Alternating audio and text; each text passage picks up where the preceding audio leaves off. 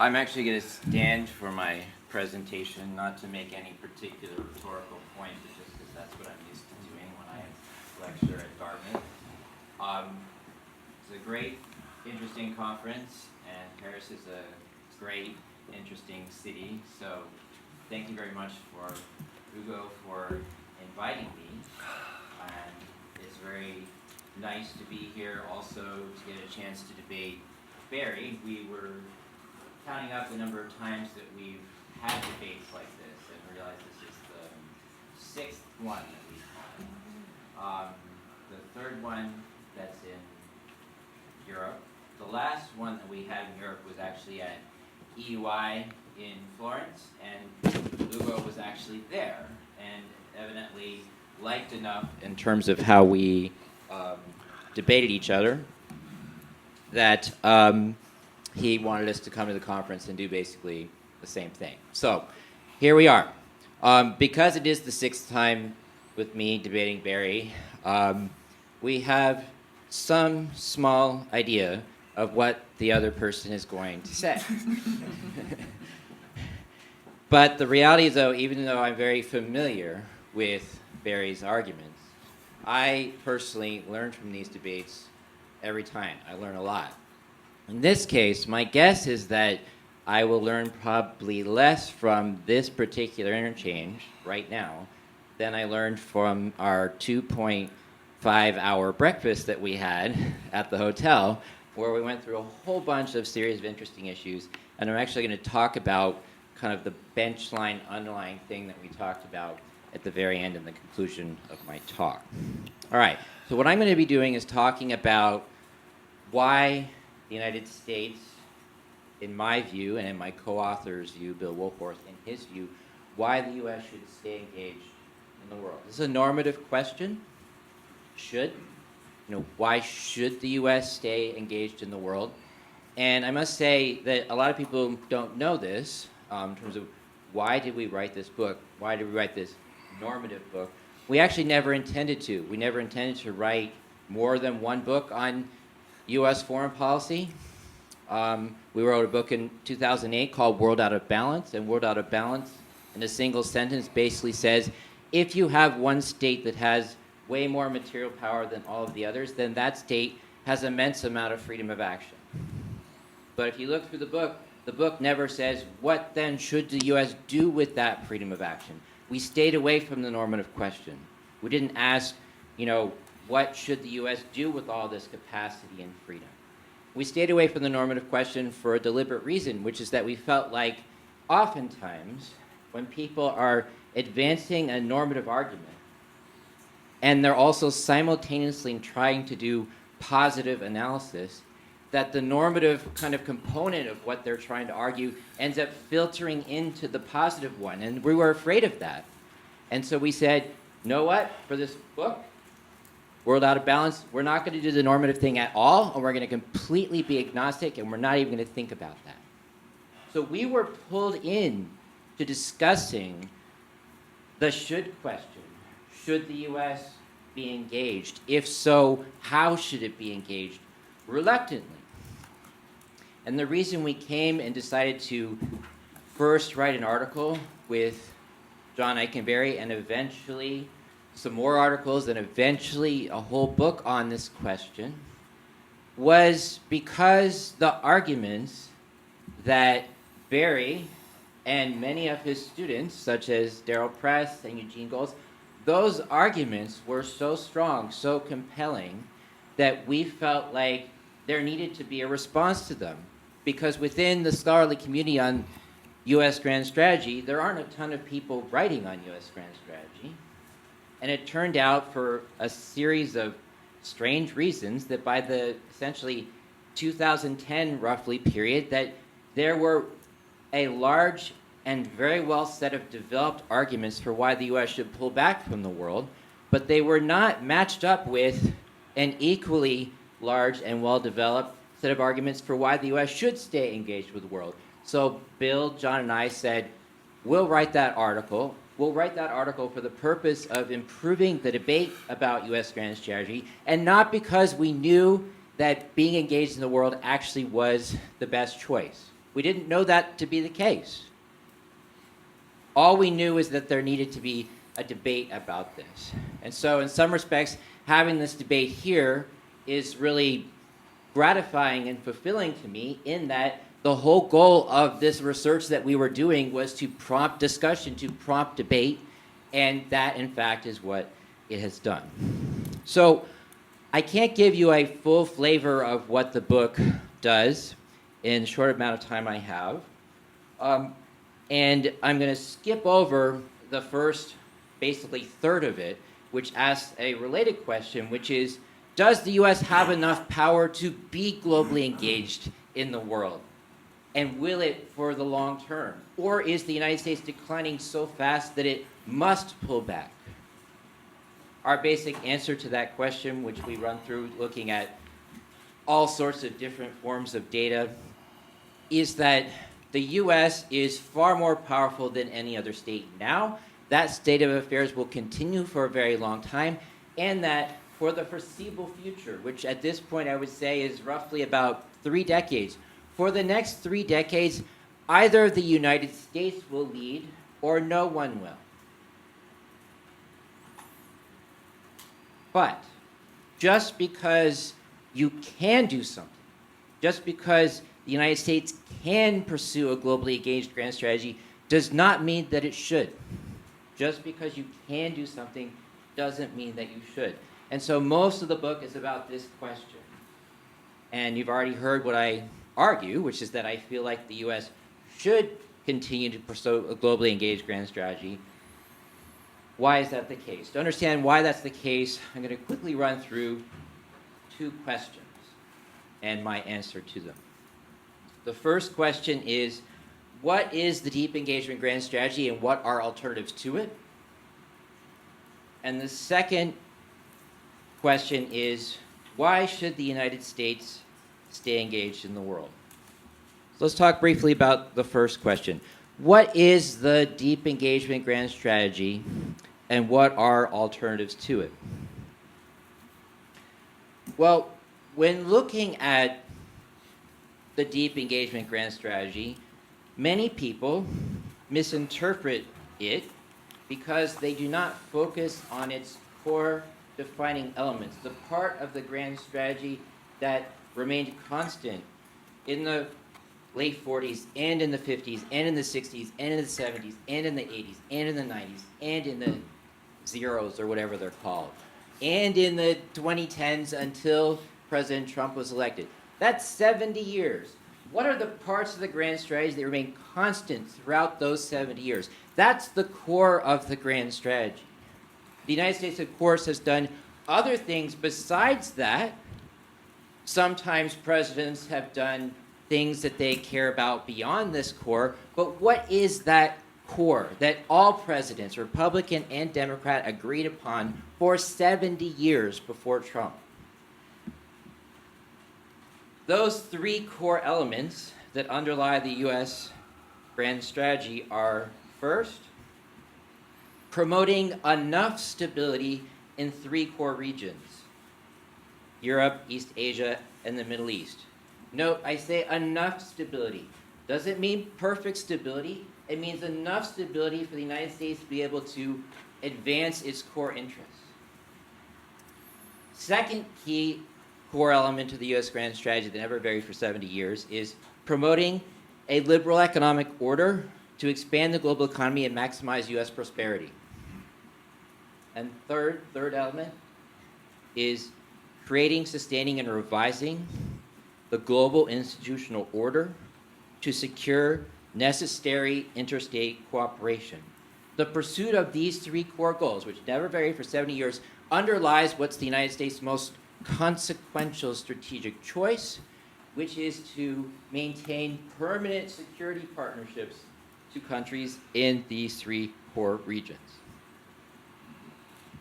Important thing I want to stress is that this core, these 3 things the United States has always had at the core of its grand strategy, this core is defensive. It's about preserving certain elements of the status quo. It's about protecting allies. It's about protecting globalization. And it's about protecting the institutional order. Okay, so that's what the core of the deep engagement strategy is. And then the question is, what are alternatives to doing that? Well, there are two alternatives. One is to do more and one is to do less. To do more, what we call in the book a deep engagement plus approach, what that involves is you do the three core things I just mentioned and other things too, sometimes. So you do the three core things and then add in maybe democracy promotion, or maybe add in maybe promotion of human rights, or maybe add in trying to make the rest of the world look like the United States in various ways. And different presidents have placed different levels of priority on things like that over time. That's varied over time, sometimes within a single presidency. So Bush, early Bush, the second one, it might be the less good one, but the second one, W, he didn't care about democracy promotion at the beginning of his presidency, and then it was crazily important in the middle, and then by the end it wasn't important again. So democracy promotion, is that a core of the U.S. grand strategy? No. It's something the U.S. sometimes does. So one alternative is to do those three core things and do more, and that we call deep engagement plus. And in the context of Washington, D.C., that would be someone on the right who's called a neoconservative, and on the left would be called a liberal interventionist. The second alternative to deep engagement is to do less, and that's restraint, to pull back. And it turns out that there are three different versions of pulling back. One, two of Barry's students, Eugene Goldston and Darryl Press. Darryl Press is one of my colleagues at Dartmouth. Their version of pulling back is get rid of all alliances and pull back all U.S. foreign troops. That's a very comprehensive pullback. The most limited form of pullback, the second version of restraint, would be someone like Bob Pape. And what he says is keep all U.S. alliances, but just pull out U.S. foreign engaged troops from those regions. And in the middle, in terms of how comprehensive it would be, Barry's position. And Barry would say you keep some alliances and you ditch others. Among the ones that you would ditch would be NATO. All right, so that's the debate. And so now what I want to do is give you a sense of why do I favor that middle option, the deep engagement one, not pulling back and not doing more than deep engagement by doing all the deep engagement plus stuff.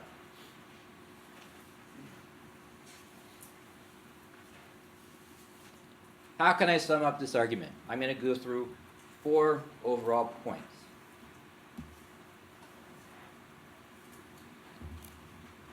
And let me just stress that when I go through and say, why should the U.S. continue deep engagement, I'm looking at it from an American perspective, and I'm doing so deliberately. Restraint scholars who started writing their excellent arguments before Bill and I started writing ours, restraint scholars pride themselves on focusing on America's narrow self-interest. What's in it for the United States? And in our analysis, we made a deliberate decision to focus on the exact same thing.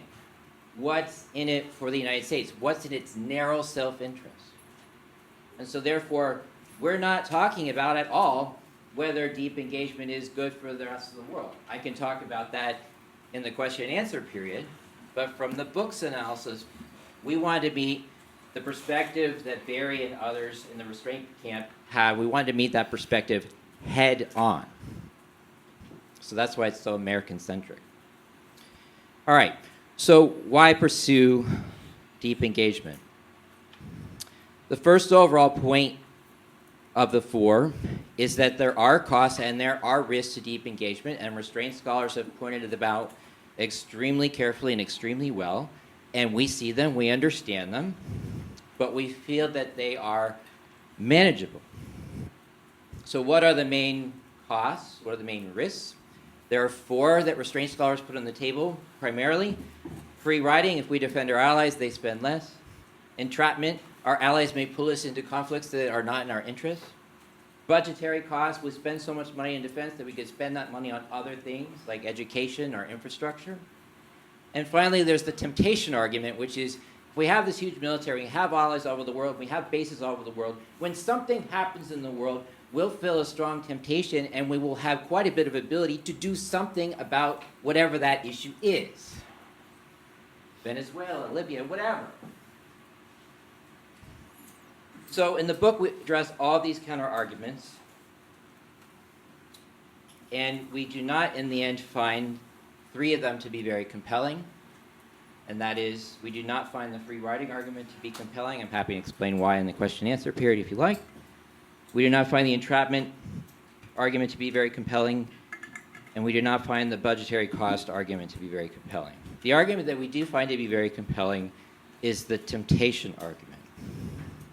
That is that the U.S. will be prone to do something about various problems in the world because of the globally engaged strategy that it has. And basically, we agree that the temptation risk is higher because the U.S. has a globally engaged strategy. We agree that the probability, the likelihood of the U.S. engaging in kind of Kosovo and Libya type operations is also higher. But we do think that the United States has in fact learned to avoid Iraq-style occupations, which are obviously the biggest temptation risks and by far the most costly ones. Okay, so the first point is the cost and risks of deep engagement in our view are manageable. The second point is that deep engagement is beneficial because it fosters a more favorable security environment for the United States. Deep engagement simultaneously helps to reassure allies and deter adversaries. At the same time, deep engagement gives the United States leverage over its allies to prevent them from transferring arms and other material to potential adversaries. In a single sentence, what our punchline would be from this section of the book is that security in these 3 regions is higher when security is provided from the outside by the United States than would be the case if security is provided by the local actors themselves.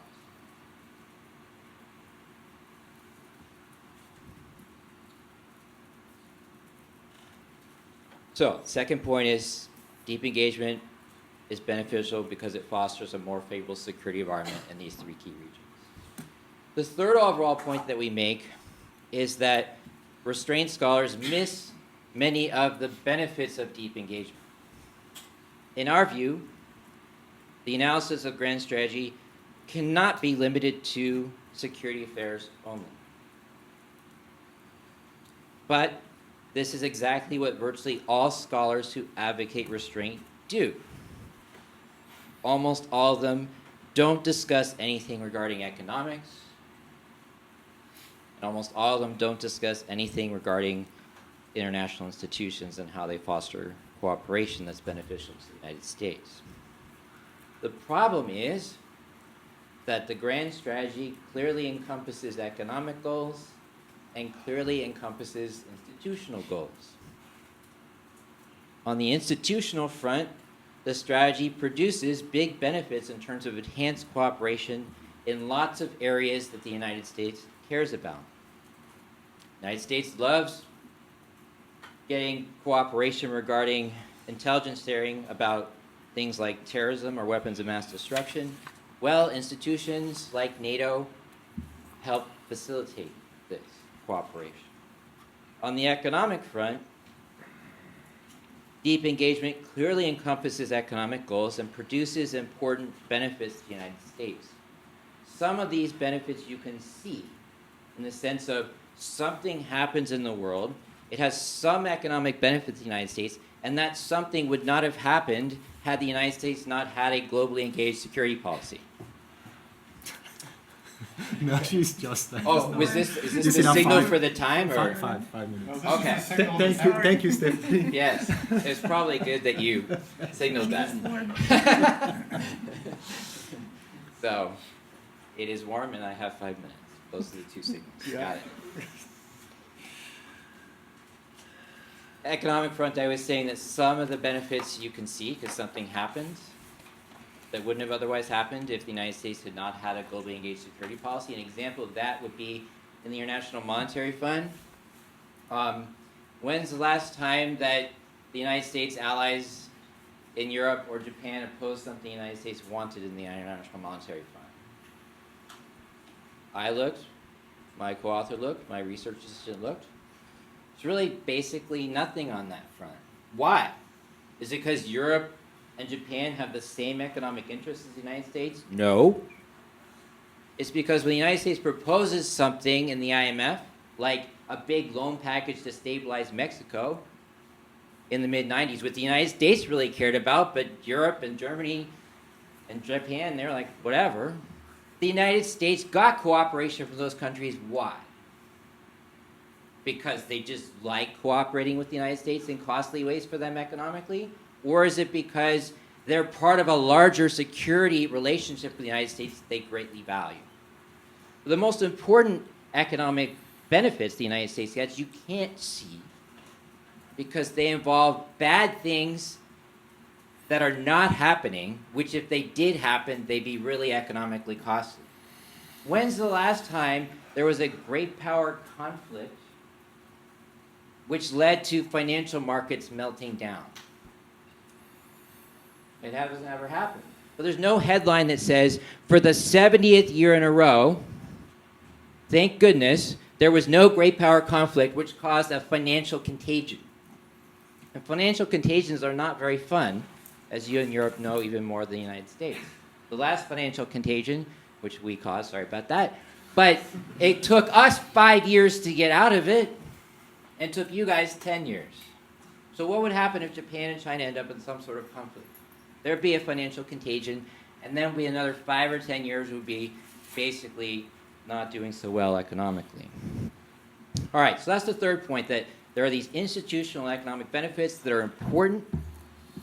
They're not factored in by restraint scholars, and therefore restraint scholars are missing a lot of the benefits of the grand strategy when they assess whether it's good or bad for the United States. The final point is that, in our view, pulling back to the world would be a very risky grand experiment that's not worth running. Bill and I, we look at the world, and we see it's clearly messy, it's clearly frustrating. We look at the world and we clearly see that our allies are not, frankly, as helpful as we often would like them to be. We see the institutional order has various gaps, various flaws. We see that taking on a leadership role often causes the U.S. to be the target of resentment, sometimes producing very costly actions directed at the United States. And we, of course, can see the United States has huge capabilities to act on its own. So we see all those things. But we don't think that justifies pulling back from the world because it would be this risky grand experiment. So what do I mean by this risky grand experiment?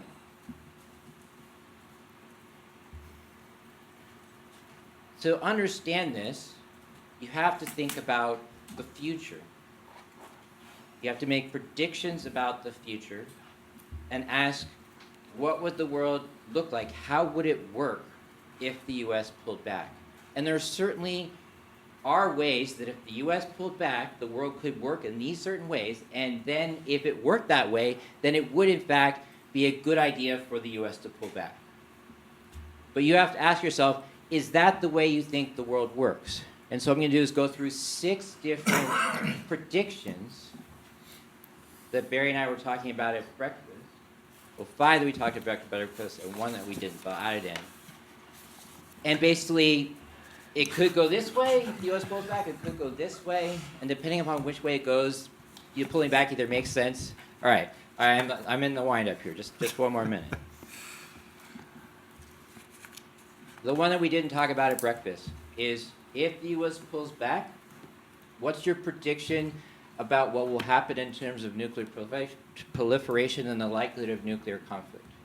My prediction is that there'll be 30, 40 nuclear powers, and at some point there's going to be a nuclear war, because at some point there's going to be an accident, or at some point there's going to be some sort of miscalculation, and when that nuclear war happens, wherever it happens, it's going to be really bad for the environment, and really bad for the economic order, and really bad for the people, obviously, underneath all those exploding nuclear weapons. I don't want to live in that world. Barry doesn't think we'll live in that world, because he thinks there'll also be lots more nuclear powers, but that the spread of nuclear weapons will not promote conflict, it'll promote stability. So you just ask yourself, which view do you think is more right? We both think there's going to be more proliferation.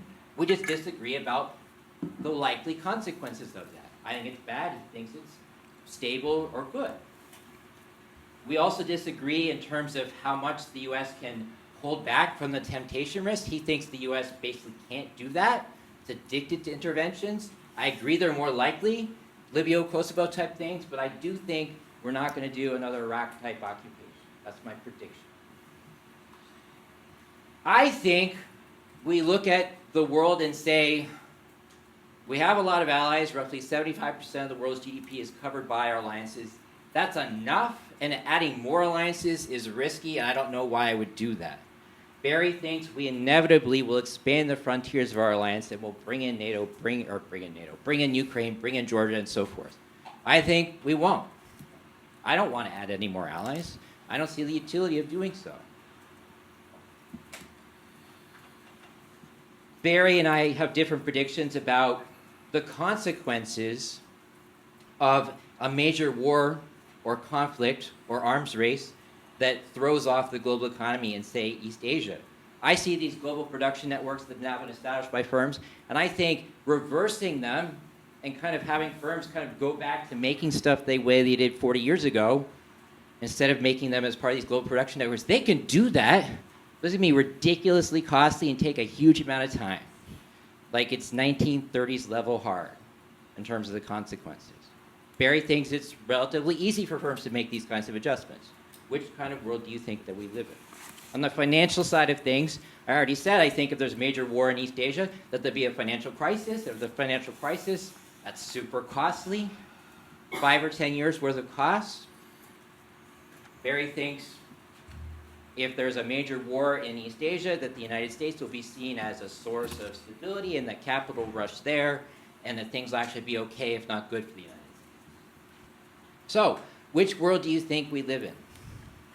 In my world, we live in a world where there's not a neat dividing line between here and over there. In my world, we live in a world where market failures are happening all over the place, or conversely, would happen more if the U.S. pulled back.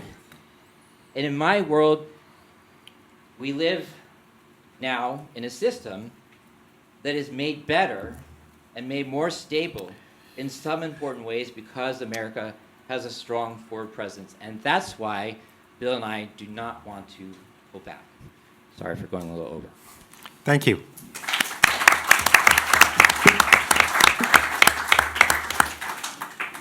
So now we move to Barry. So Barry, are you ready? It was really helpful, actually. Super helpful. I'll never talk to him again for 2 hours before. Now you have the occasion to fire up. 2.5. All right, I'm talking basically from my book Restraint, a new foundation for U.S. grand strategy, already 2014, so already a 5-year-old book. Trump makes time fly. The book is available in hardcover, softcover, ebook, audiobook, and hopefully this soon will be a major Broadway musical. I can't imagine listening to this guy read my book. I tried listening to a minute or two of it, but man, boring. So let me just, reiterate what I think grand strategy is. Grand strategy is a state's theory about how to cause security for itself. For these purposes, I define security narrowly: safety, sovereignty, territorial integrity, and the power position necessary to defend these values. Others define security more broadly. I can't stop them, but what I can do is to show how to develop a narrowly construed grand strategy and argue why it serves the United States better than the broadly construed grand strategy that we've had. So restraint, the title tells all. I believe the U.S. should do less than it has been doing. that it has been doing since the end of the Cold War. I don't propose here to relitigate the Cold War. We're talking about the post-Cold War world, and Steve and I disagree. I don't believe it's the same strategy in the post-Cold War period as it was in the Cold War period. The strategy we pursued in the post-Cold War period has been expansive, undisciplined, chronically warlike, and I and others have called this grand strategy liberal hegemony. Steve will tell you that that's not the strategy he recommends, and I agree it's not the strategy he recommends. I just think it's the strategy he's going to get, right? So I think the United States has to focus instead on the main potential security problems that could affect the United States and prudent measures to address those. That means moderate ends, moderate means, and realistic expectations. Now, just briefly list first the affirmative projects that restraint still cares about. Restraint does care about the potential of a hegemon in Eurasia. We agree with past realists, even though the nuclear age has changed the criteria a little bit, changed the considerations a little bit. It would be uncomfortable for the United States if there were a hegemon in Eurasia. I don't believe there is a candidate for hegemony in this end of Eurasia. I do believe there's a candidate in the other end of Eurasia. And I think the United States establishment does believe there's a candidate in the other end of Eurasia, China, and the United States needs to pay some attention to that. I'm still agnostic on what that attention looks like. I don't believe restrainers per se have come up with a restraint version of how China should be challenged in Asia, and it's another project that needs to be done. We can speculate a little bit about it later if you want. The second problem is the management of nuclear proliferation. I do believe it's a problem, but I don't think you can really stop it, and I think waging wars to prevent it, which is part of this grand strategy, gets you into trouble, and we were teetering on the edge of such a war in the Persian Gulf. Contra Steve's argument that we somehow learned our lesson in Iraq, I'm not convinced that everybody learned the same lesson in Iraq. So what is the proliferation problem? I have a simple view, which is I want to keep nuclear weapons in the hands of states who can be deterred, states who can manage their weapons, and out of the hands of groups who cannot be deterred. That's the main proliferation problem. And there's all kinds of things you can do to try and address that. And then finally, because we learned a little something, we need to do some things to ensure against the possibility of Al-Qaeda and ISIS and Al-Qaeda and ISIS lookalikes. This doesn't mean going all over the world trying to extirpate them. I think we've proven that that's not possible. But it does mean paying attention to their existence and cooperating with other like-minded states who have a problem with their existence and who would also be targets. This is mostly cooperation in the intelligence realm with occasional cooperation in actual action. Now, I recommend this strategy in contra the grand strategy that we've had, which I consider to be unnecessary and problematical. Now, why is the grand strategy we followed in the post-Cold War world unnecessary? Well, first of all, the U.S. is inherently a very secure country. This is elided in every conversation. We're probably the most secure country in history. The U.S. is rich, both in terms of its industrial and technological capabilities and in terms of its resource endowments. As a teenager or in college, I remember at various times sitting in gas lines. America is now a big energy producer, right? The continent continues to give forth its bounty. The United States is inherently a very secure country from an economic point of view, a very capable country. Second, oceans still matter, and the United States sits behind them. Most other great powers would give anything for this geographical position. We have relatively weak and pliant neighbors to the north and south, and part of our policy is to keep it that way. The U.S. has nuclear weapons. States with as many nuclear weapons as we have cannot be conquered and cannot be coerced. The U.S. has a great military, which we started building in the late 1930s, backed by a talented research and development community, and an industry that produces first-class weapons, if at humongous costs, and usually much later than we expect them, and more complicated to operate. But they still tend to set the world's standard. Finally, Steve mentioned something about economics. About a third of U.S. trade is in its own hemisphere. Nobody can deny that trade to the United States. The rest is scattered among several countries. It would take an enormous number of dominoes falling to close the world off to U.S. trade. So if you think trade is central to U.S. prosperity and power, a lot has to happen to seriously degrade it. So the Americas are just very secure on almost every dimension. So it's those who wish America to go out who have the high hill to climb, right? Now, in the policy debate, it's those who wish the Americans to come home who have the high hill to climb. But in in the abstract, those who want us to go out are the ones who have the high hill to climb. Now, why is liberal hegemony proven problematical, right? Well, first, it violates the first rule of good strategy, which is to say liberal hegemony has no real priorities. The United States basically wants to do everything. And both political and military resources are scarce. They're even scarce in a country as rich as the United States, which is one of the reasons why, somehow, some way, given all that the United States spends on defense, when in the last few years people began looking at, the multiple peer competitors with which we need to compete, somehow magically there's another $100 billion a year in the U.S. defense budget, right? So for us, resources are scarce as well, right? And our strategy doesn't really assume scarcity. It just assumes whatever we want to do, we're going to find the money. Second of all, as I said earlier, we use force too much. And third, the strategy just runs into a number of major problems, some of which are explained by theories that have been around for a very long time, and others are at least illuminated by experience that ought to be hard to deny. First of all, I already mentioned no priority. I'll just repeat it again. Everything matters. You just read the U.S. papers. Rising China matters. Revanchist Russia matters. Ambitious Iran matters. Nuclear DPRK matters. Our timorous allies matter. Terror matters. Democratization matters. War crimes, humanitarian concerns. These all matter, right? There is no prioritization in the United States. Added to that, the United States does and has, since the Cold War ended, adopted the idea of spreading democracy. And also furthering globalization, including international trade and investment. And finally, it even aims to secure and improve our own very advantageous power position, which is already quite advantageous. And to do all this, the United States has to be willing to use force regularly and does so. I believe that overstretch is inherent to this grand strategy. It's always going to end up doing more rather than less. All right? I think if the United States has troops all around the world on the ramparts, managing ramparts, ensuring the security of allies everywhere, that both the political pressures and the temptations to expand are always going to be great. It's the NATO enlargement model. Nobody wants to be the eastern frontier of the empire. They want the next country to be the eastern frontier of the empire. So this always lobbies to expand. Right? Now, I mentioned that there's too much war. Now, you can look at measurements, different, people have taken, but the United States has been at kinetic war much, much more often in the post-Cold War world than it was during the Cold War. Now, this is very strange, right? In the Cold War, we had a real adversary, a real security problem.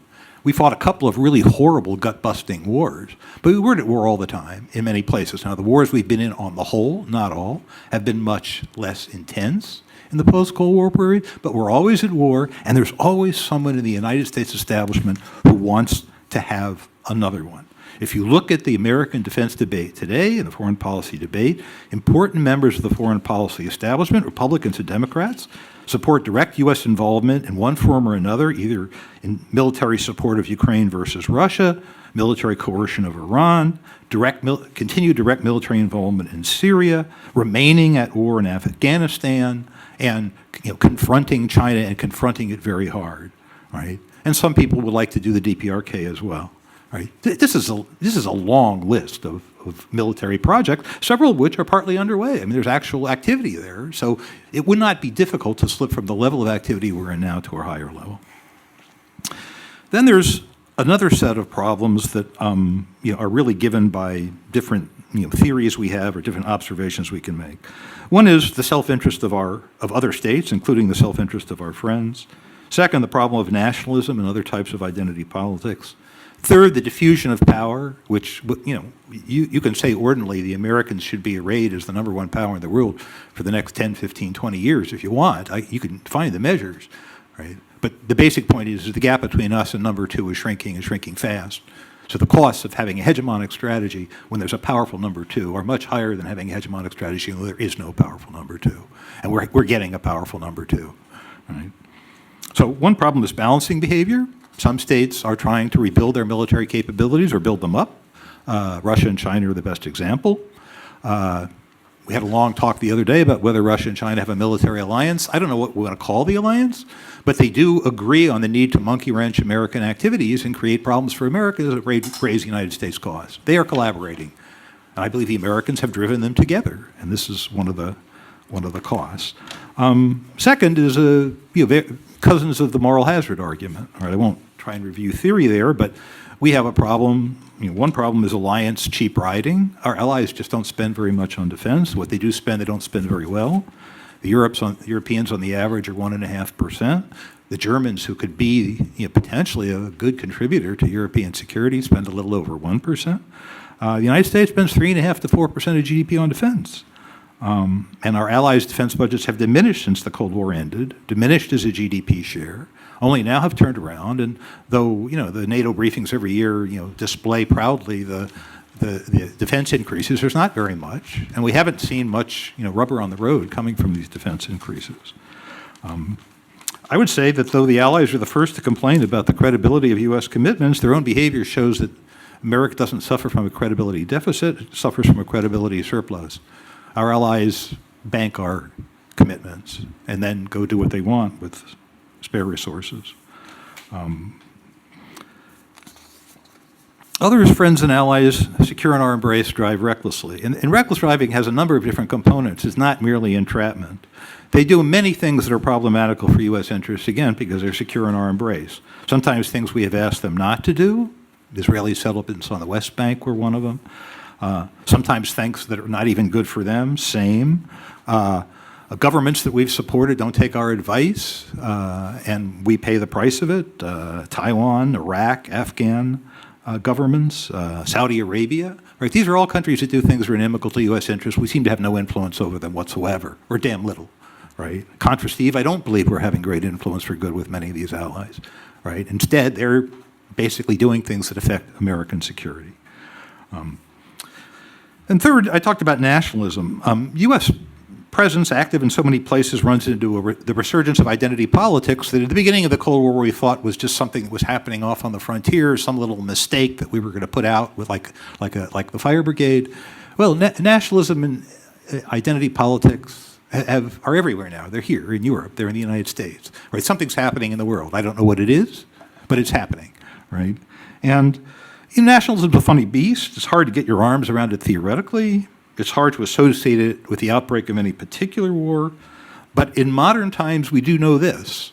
Self-aware peoples really don't like being governed by others. Right? And the American project sometimes put us in the position of appearing to be trying to govern others. And when you can use identity politics to mobilize any kind of military power, you have a very powerful weapon on your hands.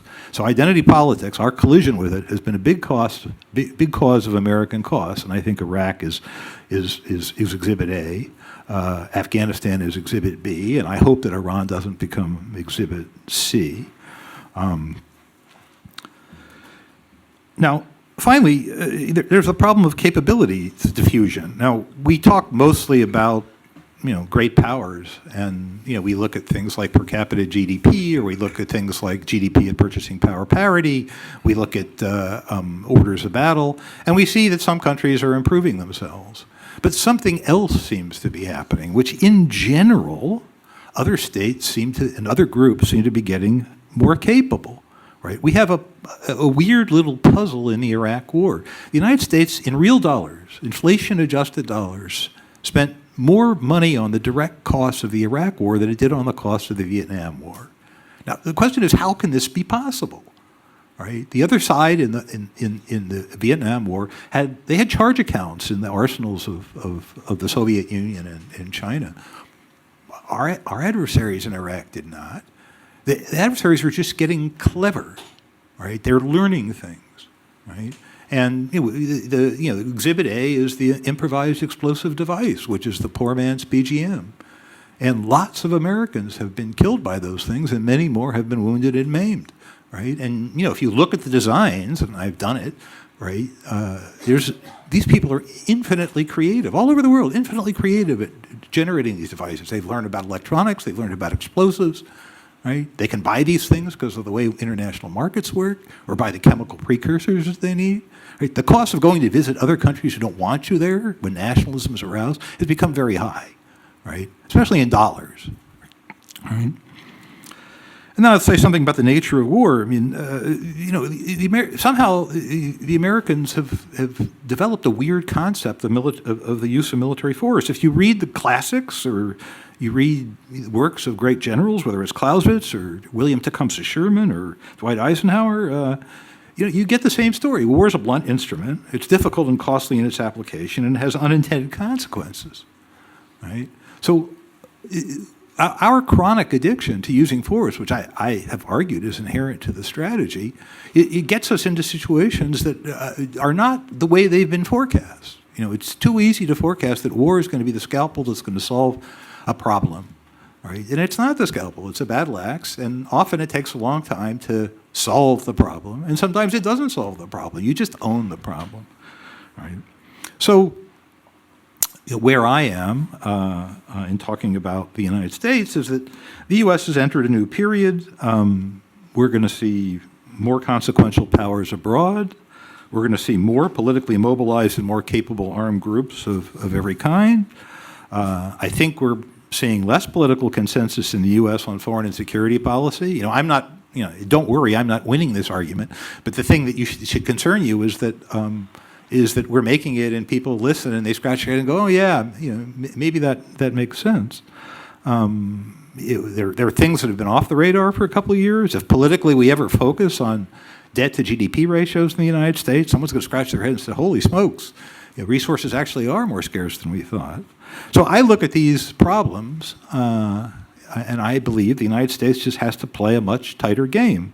And it doesn't look to me like incremental adjustment is going to be sufficient to address the problems that I've laid out in the strategy. The United States needs to set its political and military priorities much more rigorously and subsidize the security of others much less generously. Now, if I have a second or two, I'll just say one or two observations about Europe. What should Europe make of the present moment in the United States? As I joked a second ago, I don't think I'm going to win this argument in some synoptic way that some president's going to get elected and say, aha, I am a restrainer. I think of the 22-odd folk that are now running for president, one sort of identifies as a restraint advocate, and her chances are really not great. So I don't think we're going to win this argument synoptically. I think there's a lot of things happening in the world that might cause us to win, right? I mean, there's a lot of ferment underneath the American body politic. Donald Trump was elected, and as I said earlier in the day, I said, maybe that's the important fact, that the Americans can elect Donald Trump. Well, who knows who they can elect next? Who knows what set of issues are going to be most dominant in the United States? So my own view is that, Europeans probably have to, instead of sort of the don't worry, be happy, in other words, assuming that Donald Trump is a one-off, and in 1 year, 2 years, 3 years, 4 years, 6 years, he'll be gone, and things will go back to normal. Right, that would be one gamble, right? And just try and nurse the present situation along, humor the guy, right, and hope for the best. The second would be Steve's argument, which is to figure out how to slow or stop the process, right? If the Americans are inclined to disengage for any number of reasons, try and figure out what really bothers them, and show a little leg, right? I don't believe that that special forces are the way to do it. Right? I don't think it matters very much. It's too far below the radar screen. But European strategists all be able to say, what do the Americans really seem to care about? Is there a way to appease them?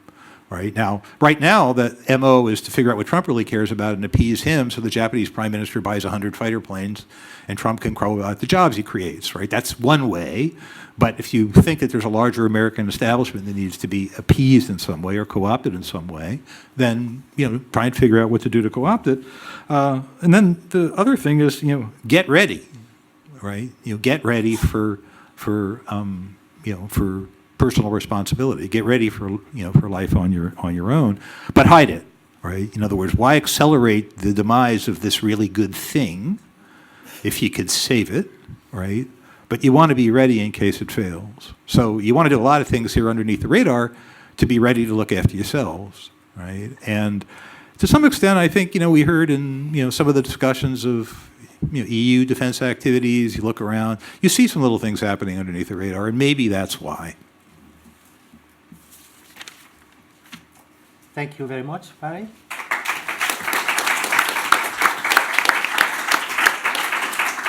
So we've now heard the two sides of the argument. So we're moving to the discussants. The discussant would be there to comment on the values of the two arguments and also opening up to the discussion, giving you more food for thought before we start discussing together here.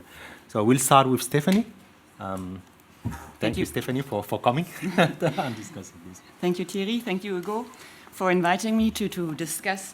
I didn't have the privilege to already listen to the 6 previous debates. Otherwise, I would have learned also on what kind of comments to make. So bear with me. Some of the comments I'm sure you're familiar with. But I just want to start off by saying, like, this debate seems to me also is happening in a time of, as we heard, the Iraq and Afghanistan interventions, but also the recent financial crisis and power transitions, the discussion whether actually the US is in relative decline compared to other powers such as China. So, right, we should also not forget the context in which these debates are happening. And so, as we heard, there are these two different camps about actually what the US should defend and how it should defend when it comes to its national security. So my questions will be a completely mixed bag of questions, and I'm sure Adrian then will bring order to this debate. I'm counting on you on this one.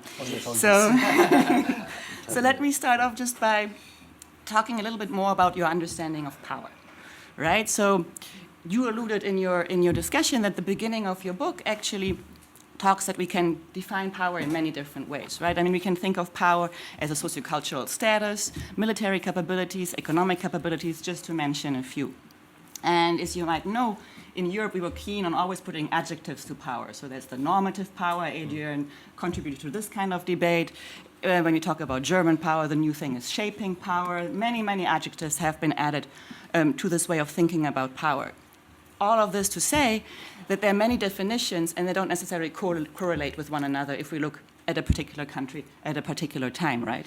And to complicate things, observing strategic necessities that derive from a particular understanding of power should also be linked to how we operationalize power.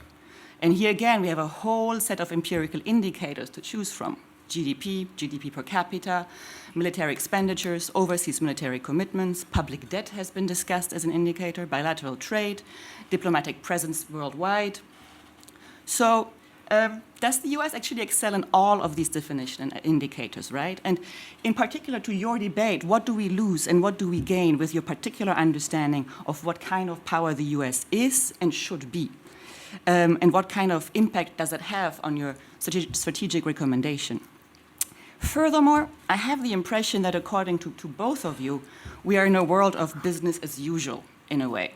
While some scholars have pointed out, and scholars both in international security and in IPE, that we're in uncharted waters. We have a whole new set of actors that have come on the international stage. We have different kind of powers that are being formulated. So a more theoretical question in this discussion of power to me would be, how far should traditional IR theories, such as balance of power theory, hegemonic stability theory, or, sorry, I'm always looking left and right like in a tennis match, or power transition theories guide us in our strategic recommendations, right? Given that these theories are built on a rather international understanding of the world. So that leads me to my second set of questions. And that's more about your underlying assumptions and possible normative biases. I'm somebody who believes that we can never get rid of our biases completely, right? So you introduce us to a world of current and post-US defense posture, but also to a world of complex future counterfactuals where empirical information is only one guiding post. And I very, very much appreciate how this debate has brought back to us this discussion of what actually are vital interests, right? I mean, in particular, you bringing this back in the debate. But you also remind us that security should maybe not be thought of independently from other policy domains, that actually security and economy in particular should be thought of in conjunction, and that actually explains deep engagement. So Barry, you stress sovereignty, territorial integrity, and the safety of a homeland as values that need to be defended. While Steve, you and your co-authors, so I don't know, you have one or two, right, depending on what work I actually look at, you emphasize that deep engagement is more than a tool, but it's part of the liberal order in a way, right? And that strategy should prevent rivalries from becoming consequential and to keep the economy open. So in a way, there's a fear that the economy could be weaponized. And so this makes me just wonder how, according to you, what these ideological or whatever you want to call them, normative foundations of these debates actually are. And not just in terms of a normative question, but also in terms of a normative argument. Thirdly, the transatlantic relationship. So I'm pretty sure in this room we have as many opinions and interpretations of what the common security and defense policy of the EU is as there are people in the room. And you might want to think of it what you want, right? But I actually believe that this referendum and Brexit has brought up this possibility, or this possible Brexit. Who knows whether it's going to happen? But there's a possibility of the EU actually engaging more in the security realm. Marina Henke and Paul von Hooft, who didn't manage to come to the conference, they had just recently wrote a paper about the different grand strategies that the EU might have. The European Council on Foreign Relations and Bruegel just did this too, right? So I mean, that this starts slowly to become a fruition. And that's what the EU is, right? I mean, the European Union is an apparatus that moves very slowly. So now, with a potential Brexit on the table, the EU has already created, admittedly, a rather small military headquarters. It has started creating mechanisms to increase investment and cooperation in military capabilities based on the principle of institutional flexibility. It's established a European Defence Fund, increased consultation and review mechanisms, and gave more money to the European Defence Agency again. And I'm here not to say that the EU is much more than the sum of its parts, but the parts of the EU start to sum up, at least currently, right? And the US's relative but slow decline, the call for fairer burden sharing within the alliance, have contributed to incentives in the EU not only to spend more on military, even though agreed, I mean, it's slowly spending more, especially if you look at Germany, but also to do so more independently of the US. And I think that's important. So it's not exactly what the US expected. While the current US government wants Europeans to take on more responsibilities for their own defense and step up their defense investment, they also expect Europeans to buy American military hardware. So the US recently wrote a letter to the European Union in which it complained about the permanent structured cooperation and the European Defence Fund because it fears that UN's defence contractors would be excluded from the European weapon developments that are supported with EU money. And the EU replied to the United States, and it said that the US is the country that dominates the global weapons market, and it should actually award more defence contracts to European companies and export control regulations that limit the EU's ability to use capabilities developed with US technologies. So it seems as if autonomy and burden sharing are defined differently across the Atlantic at the moment.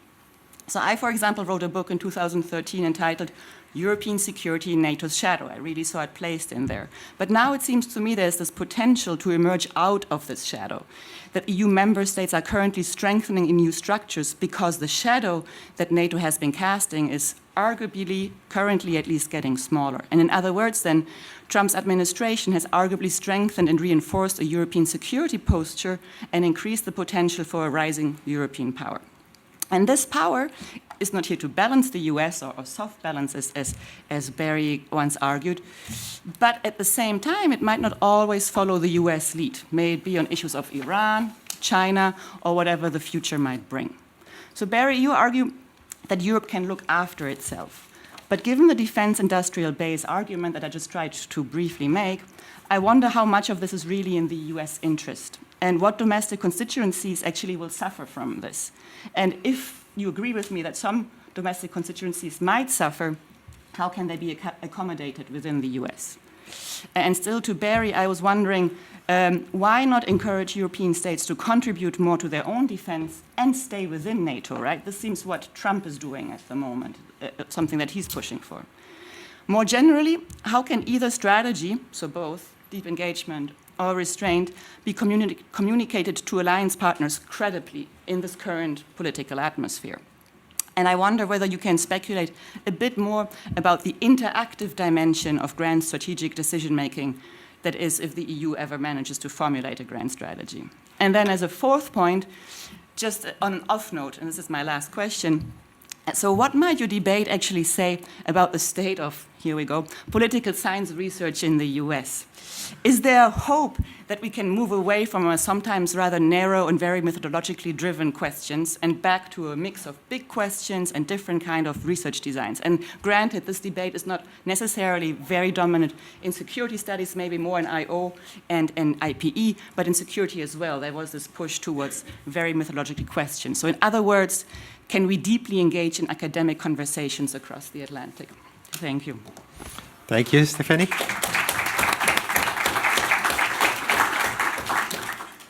So now, Adrian, I feel a bit sorry for you because now you have like an extra burden on your shoulders to structure the whole thing, right? But anyway, do as best you can, and thank you for coming as well. In 10 minutes as well. So yeah. No, but it's first of all, it is a great pleasure to be here, and I think this sort of discussion, is really important. So it's a great privilege to be able to debate and discuss with my colleagues on the panel. So I've got I think 6 points to make in 10 minutes. So I'll be brief. The first thing is the US debate on grand strategy. It's clearly very rich, very vibrant, very theoretically informed. The American IR community is a large one. I think John Mearsheimer called it the blob. But the discussions in the blob are important, and they're important for Europe. I think one thing that is quite striking, though, is the absence of Europe from much of this debate. A colleague of mine, Heinz Gärtner, at a conference in Vienna just last month, gave a paper. He's back from spending a couple of months in the States and came back and gave a paper, Where is Europe? The fact is Europe doesn't really figure in the debate. And I know one of the papers this morning, is it Allison's, was talking about where's the agency of Europe. And as Thierry said, grand strategy is interactional. So I want to look at the European response, try to sort of sketch out what I see as the European response, perhaps also wander onto more normative ground of what should Europe do. The first thing I'd note is this, that Europeans have been living with a process of continental drift, the drifting apart of the US and Europe for at least 20 years. And it's important, I think we all realize now, Trump is not the start of the problem in transatlantic relations, and nor will his departure end tensions in transatlantic relations. I think I would describe the situation in the transatlantic relationship now as really quite dire. And I would also say this is not just a passing storm. This is full-blown climate change in the transatlantic relationship. The European response to this climate change in transatlantic relations basically comes from angst. It's driven by good old European, good old German angst. It's the concern, I suppose, is primarily driven by Trump's comments on Article 5, questioning of Article 5 security guarantees, but also, I mean, again, this American concern with burden sharing and the pivot to Asia precedes Trump. And there's a recognition that actually Europeans need to take more responsibility for their own security, as Angela Merkel so clearly stated. Paradoxically, I must just add, the NATO itself is, I would describe it as being in rude health at the moment. The Brussels summit of last year won headlines for the Trump's attack on his delinquent allies and the sort of fireworks that he creates. But underneath all that, cooperation at the working level in NATO is going very well. NATO agreed it's taking place against the background of rising defence expenditure. The enhanced forward presence has been tripled. There are 2 new commands. There's a multinational division north that's being established. There's what's called the 430s. I mean, there's all sorts of very positive developments taking place inside NATO. Nonetheless, Europeans are aware that they cannot any longer I think, rely on long-term American security commitments to Europe. And this uncertainty, this concern about a reluctant, what appears to be an increasingly reluctant US ally, has led to Europeans to formulate and think about a plan B. And basically, it's this catchphrase, European strategic autonomy. And yes, I know it's contested, I know it's ambiguous, but the aspiration is basically, it's driven by the Gaullist, if I can put it this way, the Gaullist dream ticket of Donald Trump and Putin. At long last, the Europeans are forced to engage in effective security and defense cooperation because they face Putin as a clear and present danger, and they can't rely on Trump and the Americans. What is European strategic autonomy? I think one thing we should be clear right at the start to avoid any red herrings is it does not mean emancipation of Europe from America. That is not the aim. There would be very few, I think, in European capitals who would still hold those sorts of illusions. And in that respect, I must say that talk of a European army is unhelpful. I know it's for the German domestic debate, but it's unhelpful, and it, again, is another red herring. The more limited understanding of European strategic autonomy is about strengthening the European pillar of NATO. That's where there's been a great deal of emphasis. We Europeans need to do more, strengthen the European pillar, actually Europeanize NATO to a much greater extent. That's the more minimum aim. I think that what European strategic autonomy is all about is actually seeking to reinforce NATO, to reinforce the European pillar, perhaps to sustain the Atlantic alliance, but it's also about preparing for the worst. It's putting down the preconditions for Europe to be able to act more autonomously and to take more responsibility for its own security and defense. I would have to say it's a long-term project. No one should be under any illusions the Europeans can defend themselves at the moment. At the very least, it's a sort of 2 decades long project. I would also say this, it's not about, and here we might have a slight difference, Stephanie, but it is not about EU strategic autonomy. It's about European strategic autonomy. I have to say I've long felt and argued that the European Union is where defence ambition goes to die. So we can't simply put all our eggs in one basket of the EU. We have to understand this as European strategic autonomy. I have listened to many of the debates and discussions and the contributions in this workshop. I'm struck by a rather pessimistic tone about Europe's capability for achieving any form of strategic autonomy. And I actually want to follow in the wise words of Ian Drury and the blockheads and give you reasons to be cheerful. So, reasons to be cheerful about the prospects for European security. European strategic autonomy. The first I would say is Europeans, at long last, recognise their vulnerability. They recognise the need for defence. Europeans have woken up from this sort of a delusional thought that we live in a Kantian post, a sort of Kantian security community, and we're only ever surrounded by friends and blah, blah, blah.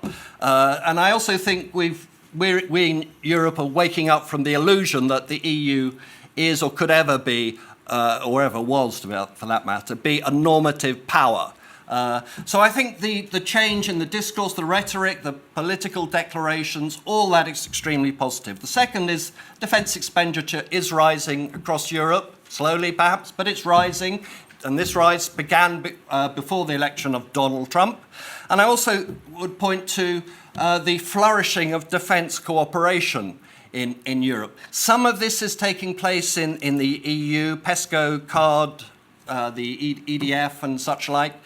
Some is taking place in NATO, like the German-led framework nation concept. But there's an awful lot that's taking place outside.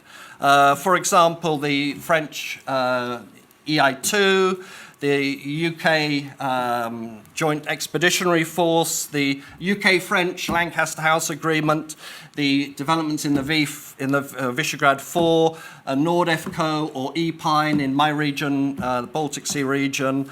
I could go on, but they're all, and I should also mention, is Caroline here, I should also mention the European Air Transport Command as well. So there are all of these interesting and important developments taking place. What they're creating is islands of cooperation, a sort of archipelago of cooperation in Europe.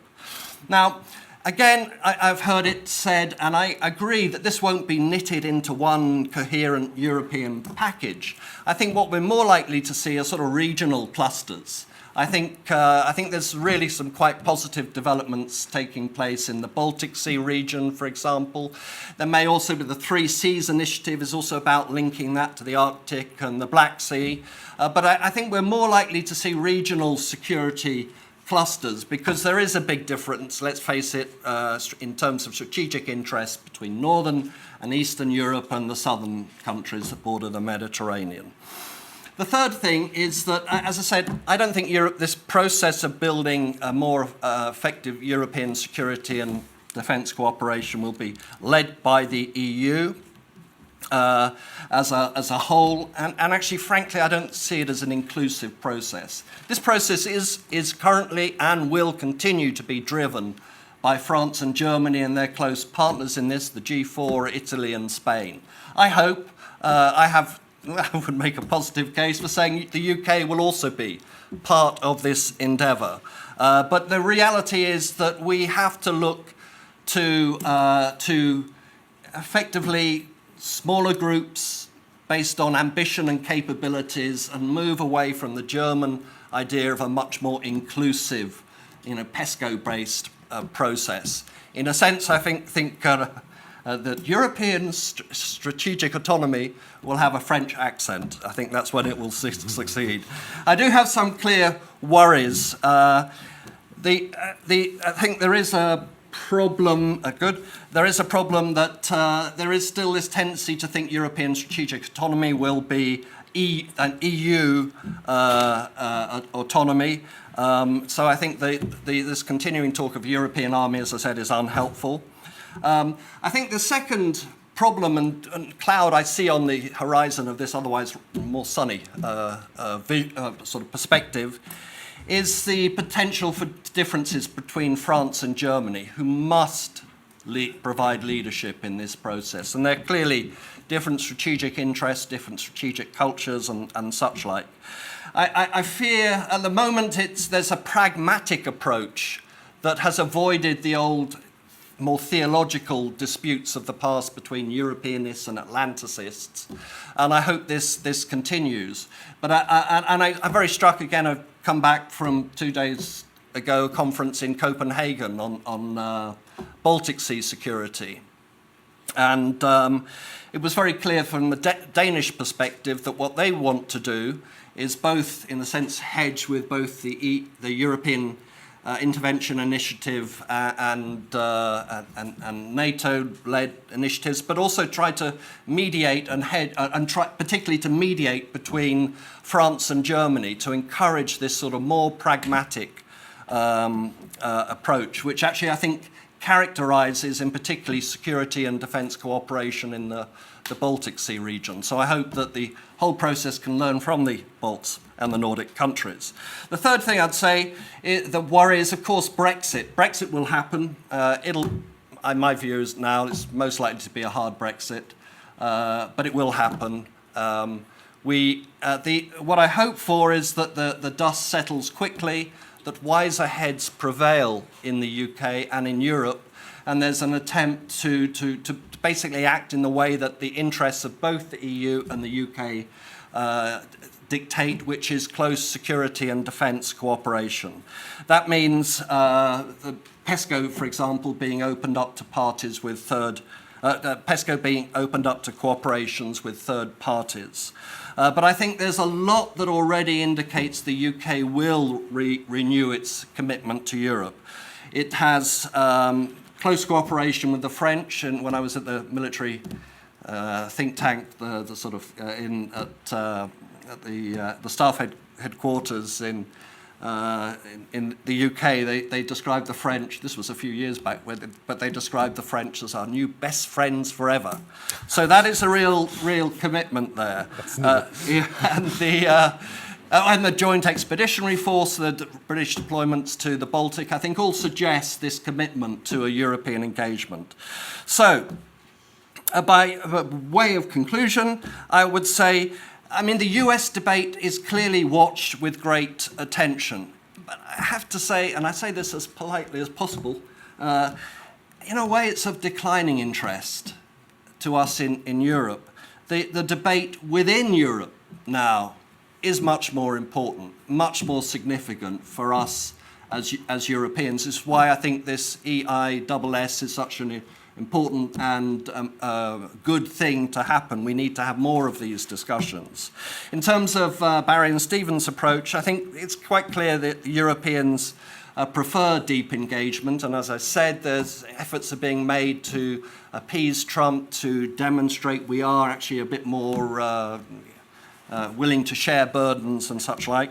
But I think there's also a sort of cold-headed realism emerging that recognises we can't rely in the long term on the Americans, and that we need a plan B in order to prepare effectively for restraint and retrenchment, which I think, Barry, is probably exactly what you said.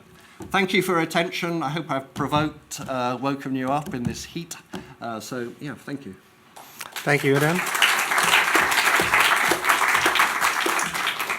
So we've been very lucky because we actually have like two discussants, as you would have seen, really mutually reinforcing, because you had Stephanie had a very internal critique of the work, and then we have Adrian somehow taking off from where Stephanie actually left. And I think this is very good because you could really have a very good discussion. What I would propose is just we take questions from the room, and then if there are questions somehow that actually meet some of the concerns that actually either Stephanie or Adrian raised, then probably Steve and Barry can connect them, trying to answer in that way so that we start really from you. Okay. We might take 3 in a row and then come back afterwards. We have Olivier, and then Alice. Good afternoon, and thanks for all your presentations. It doesn't work. Oh, sorry about that. Yeah. Thank you. I just wanted to ask you, because with Adrian's presentation, I was struck by the fact that the way the US debate is presented as being engagement, deep engagement versus retrenchment, has basically no clout in how Europeans talk about the EU's potential role outside. We are talking about internal reinforcement in different ways, but the inside versus outside debate somehow is not really represented, or maybe I misunderstand the way we talk about ourselves. So I wanted to ask the panel, our American guests, but also the European participants, do you think that this framing the European grand strategic debate in terms of engagement or retrenchment would make sense in a European context at all? Thank you. Very good for being very short. That's good. I hope everybody does that. Alice? Good afternoon. Alice Panier from Johns Hopkins University. Thank you so much for this very, very interesting debate. I think my question or remark, mostly question, is mostly for Steve Brooks. So for the engagement, remaining engaged side of the argument, although I would also be interested in hearing from the restraint side, how much stability is enough for the US to maintain? You said you support the US maintaining a certain engagement, so it has to have enough stability. How much is enough? is first question. And second question is, what can the US actually do? And here I appreciated Stephanie's comments about the notion of power. How much power does the US really have? And does the fact of having $700 billion defense spending make any difference in the world? When you see that even during the period of US significant engagement, you had North Korea starting nuclear proliferation programs, you had the Georgia war, you had Iran still even under the JCPOA already using other means to destabilize the region. So, and then you have, on the other hand, civil wars in Syria, in North Africa, where regimes change, but not according to U.S.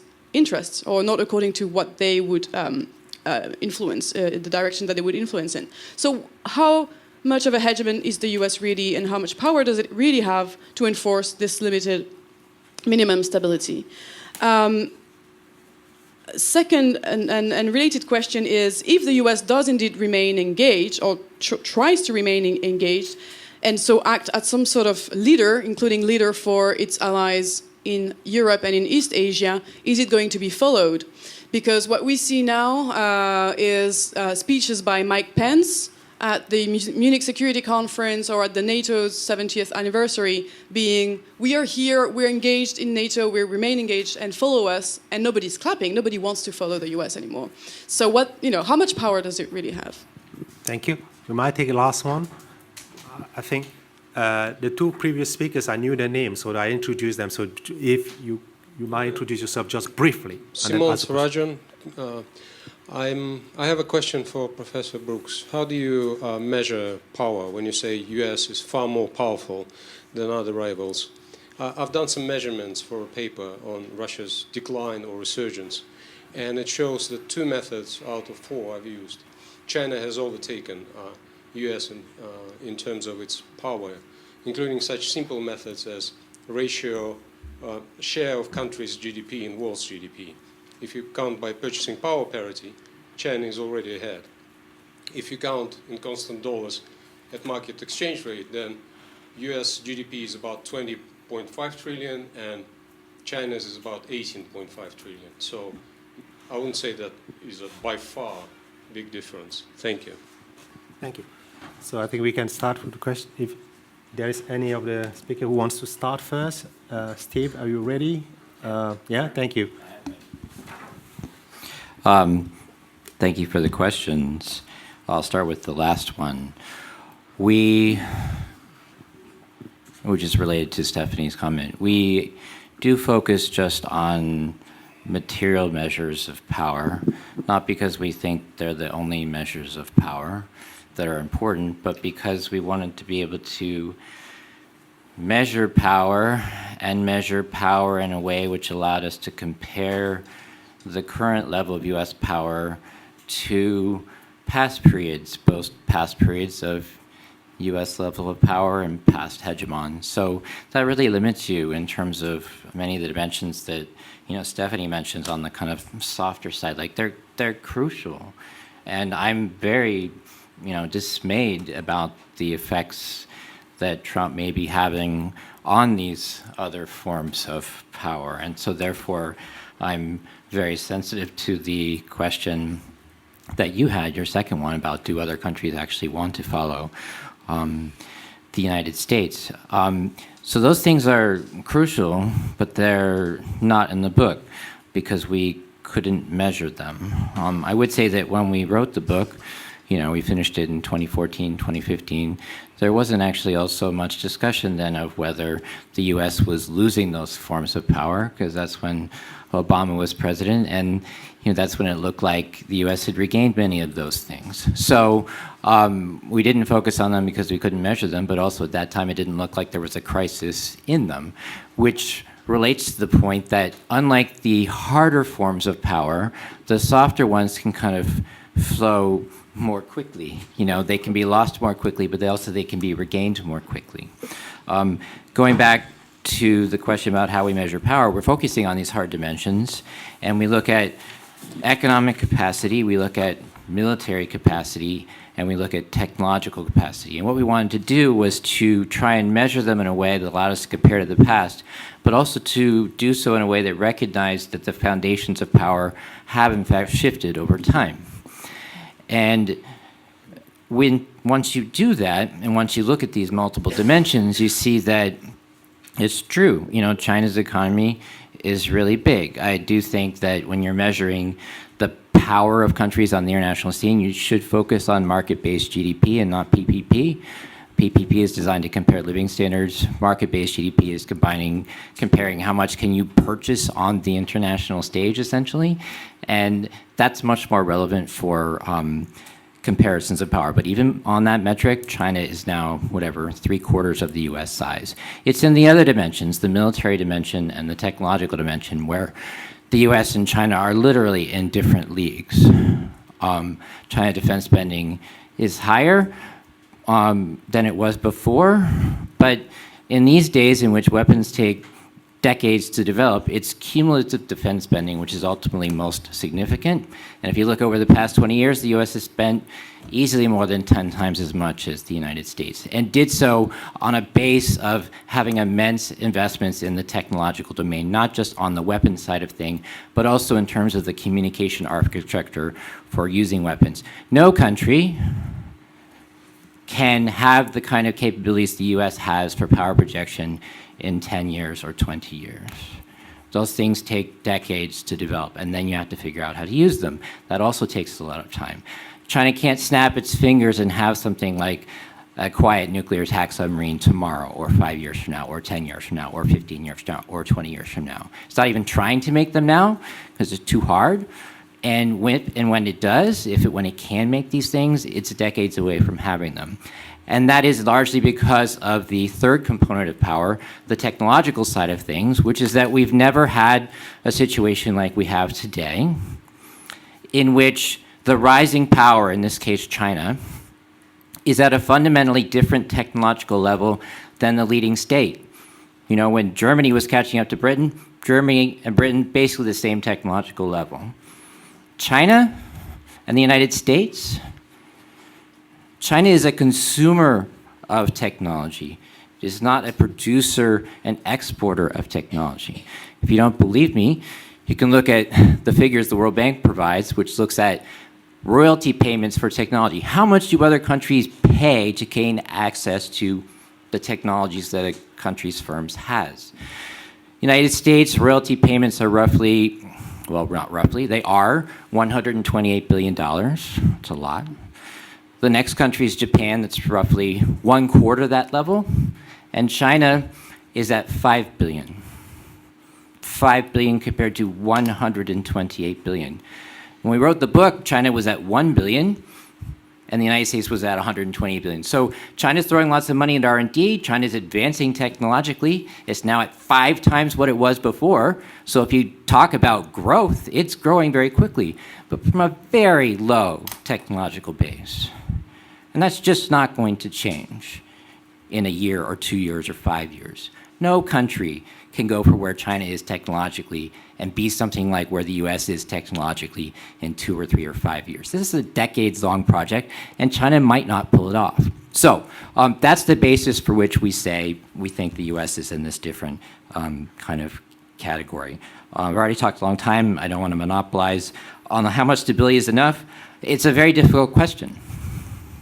It's the most difficult question the United States has to ask, you know, and it requires doing things the United States has not done. Barry's correct about this. You know, when I say the core of our grand strategy is these 3 things, Barry comes back and says, yeah, but, you know, for the past 25 years, it seems like we've been mostly doing a lot of deep engagement plus. That's true.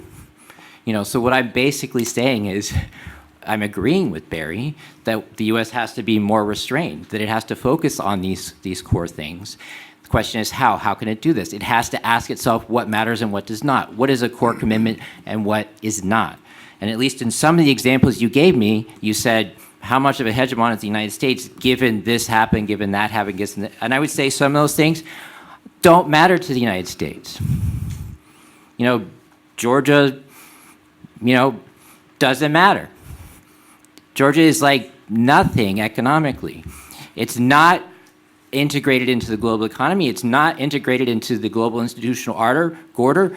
If it goes to Russia's side, it doesn't make a difference. So I'm sorry if anyone here is from Georgia, but I don't care about what happens in Georgia from a foreign policy standpoint. I also don't care about what happens in Venezuela. I also did not want to be involved in Syria because it's not important to the global economy. It's not important to the institutional order. It doesn't matter whose side it's on. Another example was all these civil wars in Africa and Asia. They don't really matter to the United States in terms of its core interests. So if you focus on the three core things that I'm telling you that are central to the grand strategy, you can more easily go through and look at these things and say, doesn't matter, doesn't matter, doesn't matter, doesn't matter. That's easy enough for me to say. I'm not a politician, and Barry is correct that our politicians have not done this sufficiently. Obama did sometimes, and sometimes did it well. And I know he was very concerned about the prospect of the U.S. doing too much and feeling like the U.S. had to restrain itself to maintain the sustainability of the grand strategy. That's why we did not do Syria. That was a good decision in my view. He didn't make that decision with respect to Libya, though, of course. We did do that, and that, in my view, was a mistake. A little side point about Libya is he didn't want to do Libya. He only did it because you Europeans didn't just ask him to, but begged him to. Sorry, France and the UK, yeah. But every day, I mean, I talk to people in the White House, like, calls. And so from Barry's perspective, he would say, you know, we can't hold ourselves back. And what I would say is, I think we can, but it's going to be a lot easier for us to hold ourselves back if our allies are not begging us to get involved in these kind of things. So I would give the U.S. a break in terms of getting involved in the Georgias and Syrias and Libyas of this world. I would also give the U.S. a break on the RPT front, in the sense of we can't fix the whole world. And if we try to do too much, that's what's going to cause the U.S. to pull back from the world. Too many quagmires. That's the greatest fear that I have, not Donald Trump, but too many quagmires. Thank you. Barry, I think that's for you. Is this on? Well, most of the questions were directed to Steve. I'd just like to make a couple of comments. One, as far as how much stability is enough, I mean, Steve just made my argument. It's basically there's never enough stability, and by being forward, you're basically opening yourself up to stability concerns of a whole host of clients, and also the credibility concern that comes with being chronically overcommitted. If you're chronically overcommitted, the one thing you have to do is convince everyone else in the world not to challenge you. And how do you do that? Well, you keep fighting for credibility. And if you look at the way the American debate about fighting for credibility works, it doesn't matter the last fight that you fought for credibility, that someone asked you to fight for credibility, which you may have won. The credibility benefit for that fight is evanescent compared to the next problem, which suddenly becomes the current credibility challenge, right? So the wider your frontiers, the more you want to do, the more you're open to credibility challenges, right? And all the clients on your frontier, they all deal with the negative externalities of the conflicts beyond the frontier. So they all come to you whenever there are conflicts beyond the frontier and say, you are the hegemon. Dear hegemon, why aren't you solving my problem, right? So, a big chunk of the argument in the American foreign policy establishment about intervening in Syria, you may or may not notice, became the sad state of our poor European partners who had to deal with the refugees. And how are they going to see our leadership if we can't defend them from refugees? I'm hearing this for the first time, and I almost fell out of my chair. I was flabbergasted, gobsmacked, right? So I don't think a large forward presence really lends itself to much restraint and self-control. I don't think the evidence is there. I mean, let's face it, the Americans weren't even that disciplined during the Cold War when we had to worry about the Soviets. I mean, we marched north of the Yalu and got ourselves into an unnecessary war with China. We got into a huge unnecessary war in Vietnam, which we were unable to end. And then the post-Cold War world, a huge unnecessary war in Iraq. And the people who ended that war, including Barack Obama, are now vilified by everyone in the foreign policy establishment for leaving too soon, as if there was some way to stay and accomplish something. So this is the engine of our system, and it comes from many things. It comes from our clients, it comes from our own constituencies, it comes from our relative power, it comes from negative externality, it comes from our ideology, a million things it comes from. But I think we have a pretty good description of the animal now, and Steve and I just disagree on whether the animal can be tranquilized in some way so it's not hyperactive, and whether wisdom can tranquilize the animal. I don't believe wisdom will tranquilize the animal. Steve somehow believes still, I find it touching, that it will tranquilize the animal. I mean, just the vilification of Barack Obama for his restraint by the Democratic Party foreign policy establishment, by people who worked for him, who saw him every day, right? It's unbelievable. I mean, I was a great Obama fan, right, and had hopes for some restraint. But Obama, he was doing this on his own. He couldn't carry a leadership group in the with him. Second, I just want to this whole business about measuring power. I think it's a great question, and I think we get ourselves into all kinds of problems trying to come up with measures that are objective, that political scientists can massage across time and place, and run regressions on. Thank you, Stephanie, for the the dig against political science. I appreciate it. Right. I think you could tell from my discussion that I'm much less optimistic about the duration of the large U.S. advantage than Steve is. And one of the reasons is, and I think there's a bit of confusion in our measure, right? The U.S. has anointed itself the global hegemon. The global hegemon has to be a hegemon in every region to be the global hegemon. The question is not whether China can challenge us for global hegemony. The question is whether we can challenge them for regional hegemony and whether they can challenge us for regional hegemony. And here, I'm not going to say that the jury is in or the jury is out. During the Cold War, I was a notorious threat deflator. I mean, I used to find all kinds of reasons why I didn't think the Soviets were 10 feet tall and why defending this place was going to be fine. It was going to be a horrible war, but it was going to work. And I generally tended to be a skeptic about the China threat. But I have, there's several people whom I deeply respect who are very careful researchers and are deeply knowledgeable in the region, deeply knowledgeable about the Chinese Navy, and they will tell you the Chinese are coming. And they're not coming in 30 years. They're not coming in 50 years. They may not be coming for 10 years, but they're coming. The momentum in their naval building programs is immense. The combatants that they're producing are said to be of high quality. The Chinese can support their surface navy from their own shores. This is always an advantage. Therefore, they fight from unsinkable aircraft carriers, and we fight from sinkable ones. Right? This is the essential nature of the problem. Jackie Fisher used to quote, Lord Nelson to the, a ship's a fool to fight a fort. Right? Our problem is fighting the fort.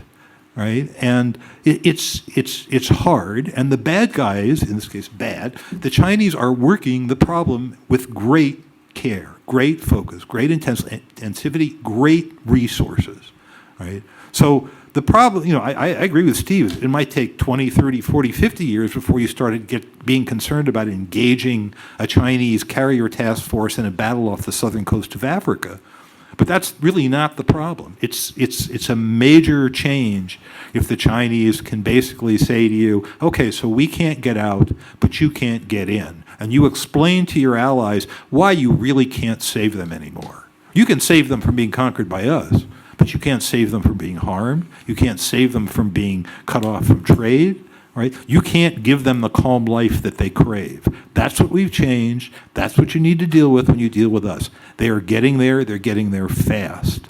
right? And the people, listen, look at Eric Higginbotham's study at the Rand Corporation on the China military challenge. It's very careful. It's very sensibly done.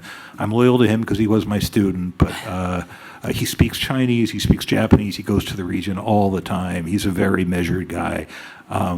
He's worried, right? And again, that's not the same as the problem that Steve is talking about, which is the global hegemony challenge. But in the region, these people are tough and they're getting tougher. So we can still take maybe 2 questions. If there is a question, you're itching for a question. I wanted to respond to actually something that Barry said while people are gathering their thoughts. I mean, it's ironic that the basis for the analysis that Bill and I did to make the conclusion that no other state can challenge the United States was Barry's Command of the Commons article. And basically what he said is, Command of the Commons really matters. It really matters if one state has command of the commons. It enables all sorts of things. The U.S. has it. The U.S. has it because it has all these different attributes. And we then, at the time when he wrote the article, there's no reason to measure that the U.S. had these things and no one else did, because the U.S. clearly had these things and no one else did. But by the time we wrote the book, it wasn't necessary to measure these things. We measured them, and it's the same story. The U.S. has all of these things that other countries don't have, and those other things that you would need to have to contest the U.S. in the commons are very, very difficult for a country like China to develop. It's very hard to see for me how China can do something which meaningfully contests the United States in Asia if China has no quiet nuclear submarines and no ASW capacity. Well, right now it has no quiet nuclear submarines and it has no effective ASW capacity. I don't see that changing for decades, in part because of China's technological capacity. It can't make those things now, so it's not even trying, but also as a function of geography, which is that the water around China is very shallow, and it means trying to detect anyone is really difficult. So our submarines are going to be quiet. And that is just a fundamental disadvantage that China is not going to be able to make up. They're not going to be able to have something comparable. However, I'm presuming that the U.S. will notice this fundamental advantage that China can't make up for and will play to that advantage and therefore adjust its strategies in ways which takes advantage of this and similarly adjust its strategy to make sure that it tries to do things that it actually can accomplish. I do not understand in any way why for the United States to do what it wants to do in the world that it needs to use coercive force on the Chinese mainland. The U.S. has not threatened this for decades. I don't see why it ever would threaten this. In my view, the question is whether China tries to come out and change the status quo. And if it does, can it do so, and can the United States repel that? Well, right now, China can come out in the sense of it can now move along its coastline a little bit, but it can't get beyond the first island chain, in part because of the underwater disadvantage they just talked about. That's not going to change. And so if you're the U.S. and you basically say, I want to protect my allies, make sure they're not attacked, and I want to make sure that there's shipping in Asia, I don't care if it goes next to China or if it goes around the first island chain, I just want to make sure there's shipping to make sure globalization is stable. The U.S. can perform those defensive missions now, and in my view, should be able to perform those defensive missions for a long time. China's buildup has been designed to push the United States away from its coasts. 15 years ago, the U.S. could do whatever it wanted right next to China's coast. That's the thing that's strange, historically. That the world's second most important power could not prevent another country from doing whatever it wanted next to its coast. It is unsurprising to me that China said, I don't like being in that position and I will seek to change it. It did, and now it's pushed the U.S. away from its coast. But pushing the U.S. away from its coast is not the same thing as being able to project power itself. In my view, we can no longer effectively project power onto the Chinese mainland because they pushed us away from their coast. But I don't think that was very important for us because of our defensive objectives. But just because we can't project in their coastal waters doesn't mean that they can use those coastal waters to project outwards. So essentially, the area between China and the first island chain has become into this no man's sea that we can't use and they can't use. But I don't care because I'm not trying to, from a standpoint of my grand strategy, change anything about China. I just don't want them coming out and trying to change anything about the global order. I think it's a very sustainable mission. And the final point in terms of, you know, Barry and I obviously agree in the sense of like, whatever, 30, 40, 50 years before China could have the military capabilities to contest the US globally, whether it can do so regionally. I understand that. What I would say is the dividing line between the regional and global is not a neat one. In the sense of, if they can't challenge the US globally, that gives the US options for dealing with them regionally that they cannot counter. Namely, if they really want to mess things up, we can act outside of their area in which they can project power, which is limited, and we can put a blockade around them, and nothing will reach them. Period. And there's, unfortunately for them, nothing they can do about it. What are they going to send out to contest that blockade? Surface ships? We'll destroy them. Their submarines? They're diesel. They can't go very far, and they'll only get one chance to come out. Their airplanes? They don't have that kind of reach, and if they do, they're not in the capacity to destroy most of what the US would use to implement that blockade.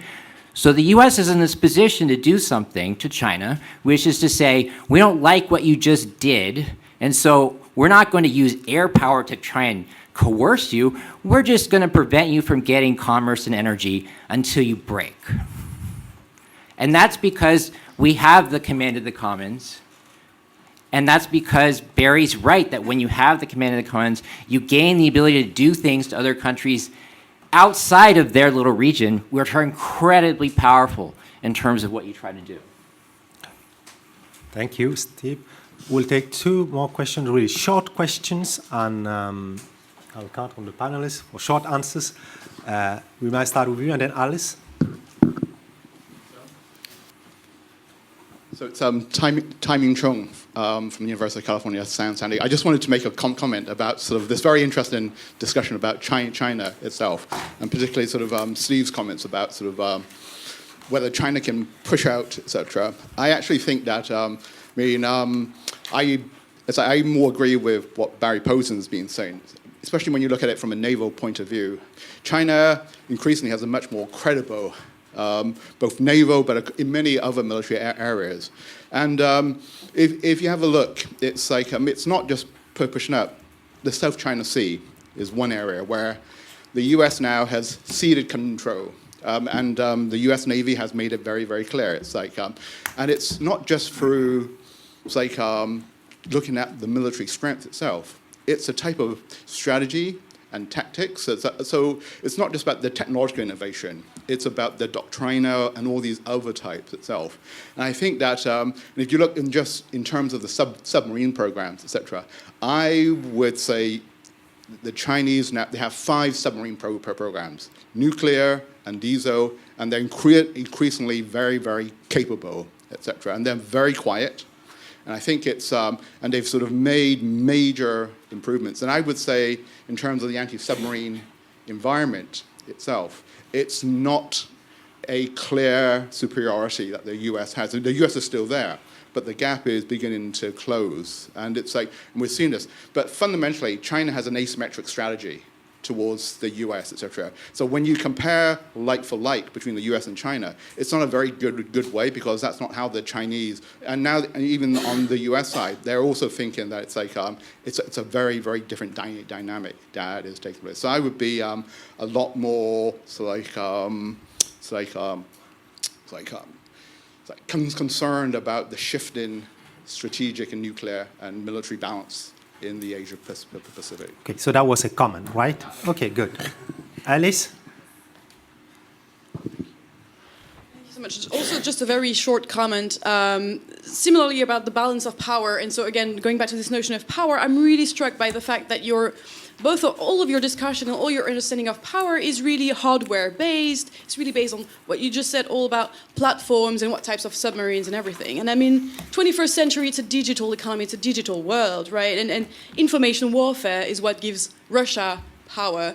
Artificial intelligence is what gives China power on top of everything, which nobody has mentioned, which is obviously economic interdependency. The word interdependency has not been mentioned. But I mean, power is changing, including when it comes to military strategy and et cetera. So one aspect of power where the West might lose, so to speak, the war just because the US is incapable of rethinking power. And I've had this argument with some colleagues at CEISS already. Information warfare, I think that's the key. Second aspect of power where we're losing as well is political stability. And it links a little bit to what I was thinking about earlier, but democracies are increasingly unstable. You know, governments shift and you know, they withdraw from agreements and stuff. Can't make political decisions that some more authoritarian regimes and more stable undemocratic regimes can make. So we're also maybe losing on that side of power. And thirdly, power as agenda setting. Again, you know, the international agenda seems to be designed by what Russia and China push for, among others, not so much by what the US pushes for. Okay, we're lucky that it was a comment, so we can have a question. That's a privilege of the king. Hugo. Thank you. Thanks for the fascinating discussion. So one comment and one question for Barry. The comment is, I'm quite intrigued, and I find it interesting to note that the US-based scholars in the room are mostly concerned by China, and this is like the referent, basically. And the Europeans are more like, well, we need to focus on the Eastern Front on Russia and the Western Front on Trump, basically. That's it. My question for Barry is basically what you make of Randy Schweller's argument, because you argue if the US withdraws, France, Germany, Britain are going to relatively easily counterbalance Russia. But so throughout history, there have been many, many, many examples, as demonstrated by Randy Schweller, of underbalancing, of either lacking capacity or willingness to balance. So what makes you so convincingly believe, ironclad, that the Europeans, despite all the fragmentation, all their capability shortfalls, will nevertheless be able to balance Russia? Okay, Barry? Yes, the U.S. is focused on China, and that's because China is the clear number two and the clear challenger. And Linda did a structural realist balance of power analysis this morning, and I think that basically tells the tale. And rather than trying to divide Chinese power to one kind of power and another kind of power, right? I think you can do a net assessment of their power, but all the other things that they're doing are dependent on the main thing that they're doing, which is they've gone from a pre-modern to a modern economy, and now they're trying to become an advanced, information economy, right? So, and they have 1,200 million reasonably well-trained, intelligent people to do that with, and have built the infrastructure that knits that economy together. So all the rest of the stuff is enabled by the capability. Russia's a little bit different story. They're like a really tough gambler playing with a short bankroll, and they sometimes they make mistakes and sometimes they don't. Putin has actually been pretty careful, pretty clever of late. But he's also, it's like the deer hunter. He's playing Russian roulette, and it's every adventure, can go wrong for him. Concern about underbalancing in Europe. Every projection for Russian power shows it looking pretty pathetic. They have a terrible demographic problem. They've done very little to improve their economy. It's kind of a strange country, right, in terms of its the way it organizes itself and its material assets and its power, right? So Europe has its own problems demographically as economically. I think Russia's problems are a lot worse, right? So it's not. This is not like the second coming of the Third Reich with Vladimir Putin. He's a tough regional competitor. He needs to be balanced, right? But how is it possible, given all of the GDP that's here, given what people have observed already, which is that the problem of balancing Russia isn't a problem of 22 NATO states or however many EU states there are now. It's a problem of small numbers because that's where the resources are. It's 2, 3, 4 medium powers. How many do have to cooperate and how much to give Russia pause? Now, the final thing is we didn't talk about this very much, but I alluded to it earlier in passing. We have to integrate the existence of nuclear weapons into this conversation, right? Two of the 4 principal powers in Europe are nuclear weapon states, right? They're not conquerable by Russia. They're jealous about their nuclear forces. If they think they don't have a secure second strike capability, they're going to find the money. This is particularly true in this place, right? This is the crown jewels here, right? So, European hegemony by the likes of Russia, this is a major concern. This is a problem that Europeans themselves don't have an interest in preventing, don't have the capabilities, don't have the institutions, which everybody loves so much.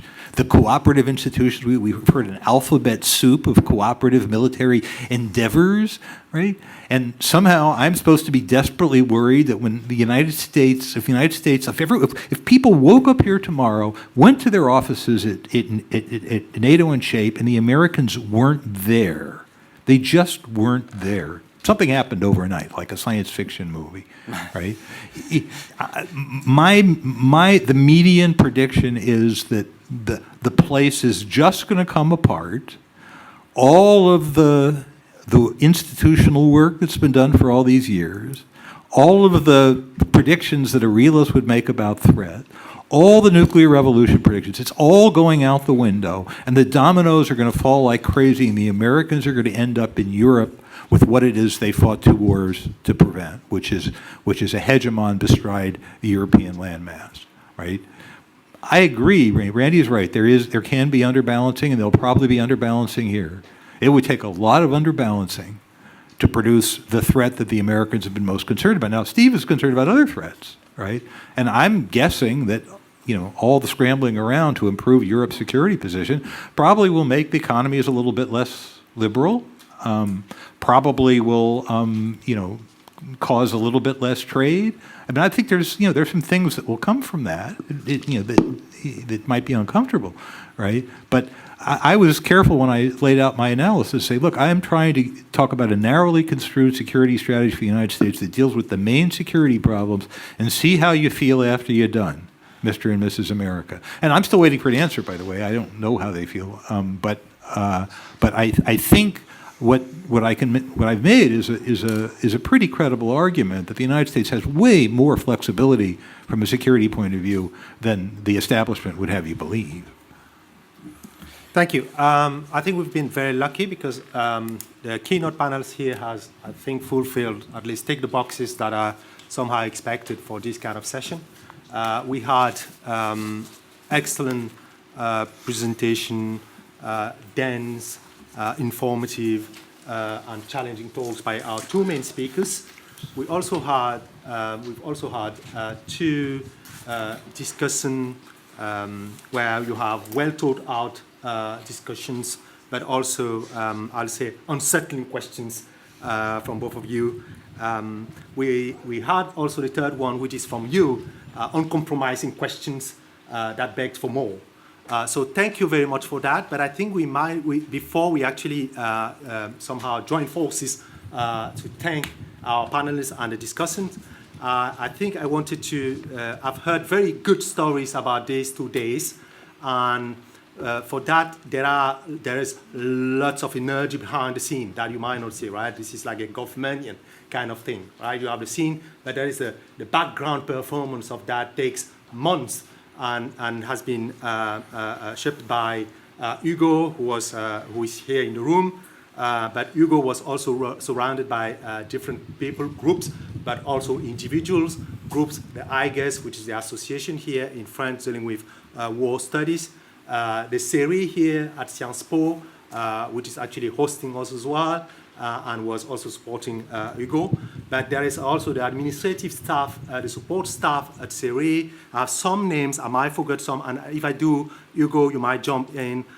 Muriel, Coralie, Christine, Basma, all these people were there, and you actually had contact with all of them. And if this has been a success, it's really thanks to all of these people and their commitment to this event. So thank you very much.